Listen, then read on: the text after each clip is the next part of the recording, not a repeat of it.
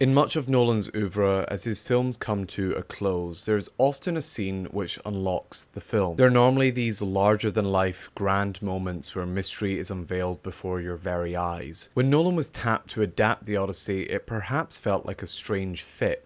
What more is there to say about one of the oldest stories ever told? And further, is Nolan the right person to do so? Even as the film begins in its perhaps clunky opening half an hour, it seems as if this narrative will play out as expected. It is one man's desperation to get back to his wife and son. However, as the film comes to a close, Matt Damon's Odysseus recounts the Battle of Troy to his wife Penelope, and before launching into a monologue, there is a small exchange of words. "Then the songs probably seem silly," says Penelope, and Odysseus replies, "They make me cry." This exchange of dialogue between the pair and then being thrust into this flashback guided by Odysseus recontextualized the whole film for me. Odysseus is a character raptured by guilt. His Odyssey is a physical journey back to his home of Ithaca, but Nolan makes the argument that it is more a mental journey of coming to terms with what he's done to humanity. It's a film filled with sorrow and regret, as much as it is spectacle and awe. The film feels in direct conversation with Nolan's previous work in Oppenheimer, albeit perhaps a little less well realised. What we're witnessing is the portrait of a man dealing with the immense weight of an act so smart yet so defiant, of an act that was met with thunderous applause, yet that thunder broke the once peaceful sky, as his single act of ingenious strategy and heroism also broke something sacred and foundational to the ancient world's way of life: humanity. Once you're privy to this realization that happens in this final monologue, it truly does recontextualize the rest of the film.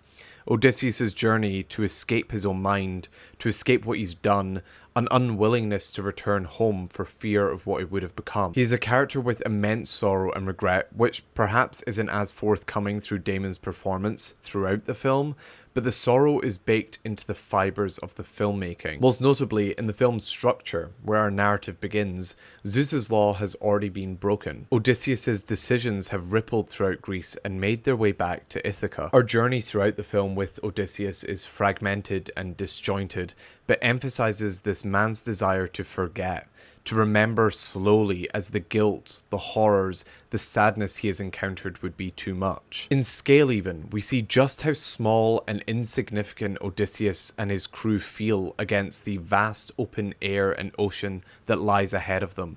Seeing this in 70mm IMAX only enhances that feeling. And while this is true when they're on their journey back home, whether that may be when they are physically journeying on a boat, or coming head to head with the numerous obstacles which lie in their way, these men feel so small. There's a hopelessness baked into the frames. This is juxtaposed quite nicely when we flash back to moments of the Battle of Troy, where the Greeks and Odysseus feel large and towering and menacing. These creatures which felt so small and insignificant in the vast land of the gods are still able to reap so much destruction and damage on civilization.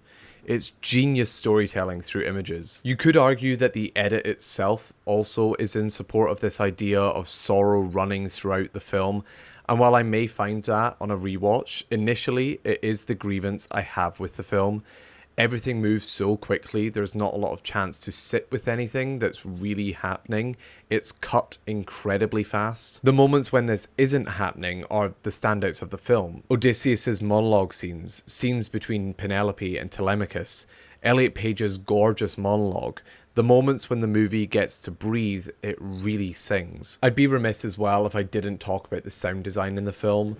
Nolan's films have always been sonic landscapes as much as they have been visual.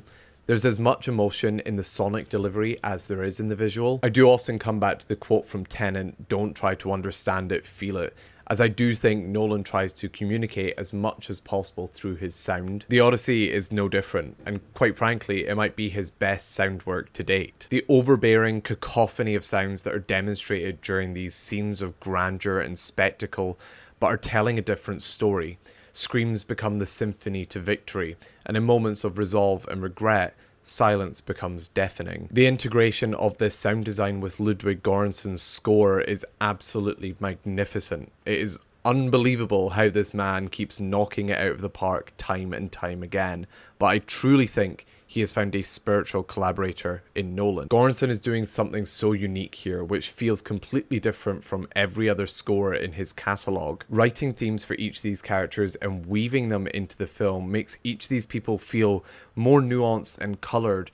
Particularly, his motif for Odysseus feels full of regret and anguish from the get-go. Before this revelation, this monologue happens, you feel his sorrow simply through the music. It's towards the end of this monologue, however, we get what you could argue is the twist of the film. This revelation of who Athena actually is, who this mysterious, invisible person that's been guiding him on his journey is. Athena, the goddess of wisdom and strategy, somebody who you feel is accompanying him for his strategic prowess and genius, helping him to try and get his men home, instead is the conscious reminder of the destruction of the innocence lost through his acts of heroism. I truly think for all of the grandeur and the opulence of the technical craft of this film, the spectacles that are on screen, it is actually some of Nolan's most reflective and thematically coherent work he's made. It is a far less straightforward approach to a beloved story that many people know. It is a man deeply regretful of what he has done to the world and having to reckon with that. And Athena, or this manifestation of Athena, is this pin that holds the film together. Nolan's decision to omit most of the gods from the Odyssey, I think, is genius. The quote that introduces the film, in a time of apparent magic, sets this up quite beautifully. Nolan doesn't negate the mystical or the fantastical, but he has chosen to have the gods be more untouchable, ethereal beings in the film. For what reason? There could be many. This idea of defying the gods, of this act of heroism, was seen as this grand defiance that the gods are punishing him for. Or perhaps the gods are simply manifestations of our own internally realized world. It is a film that I've walked away from with more to chew on than I was expecting. I knew this was going to be a technical marvel, and it really is. I don't want to understate how impeccably crafted this film is. Just the sheer fact that it is shot completely in 70mm IMAX is unbelievable.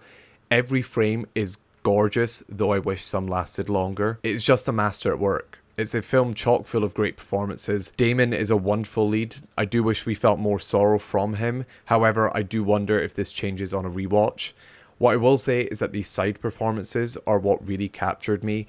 Anne Hathaway's Penelope is towering, enamoring. She's a woman who has had to remain composed for decades, suddenly starting to break. Zendaya's Athena, as I said, I think ties the entire film together. She's in the movie so sparingly, but she's communicating so much with just her looks. Samantha Morton is absolutely terrifying as Circe and provides one of the most horrific, enthralling sequences in the film. And Elliot Page is this really grounded, important character on Odysseus' journey of reckoning the humanity he gave up in order for victory.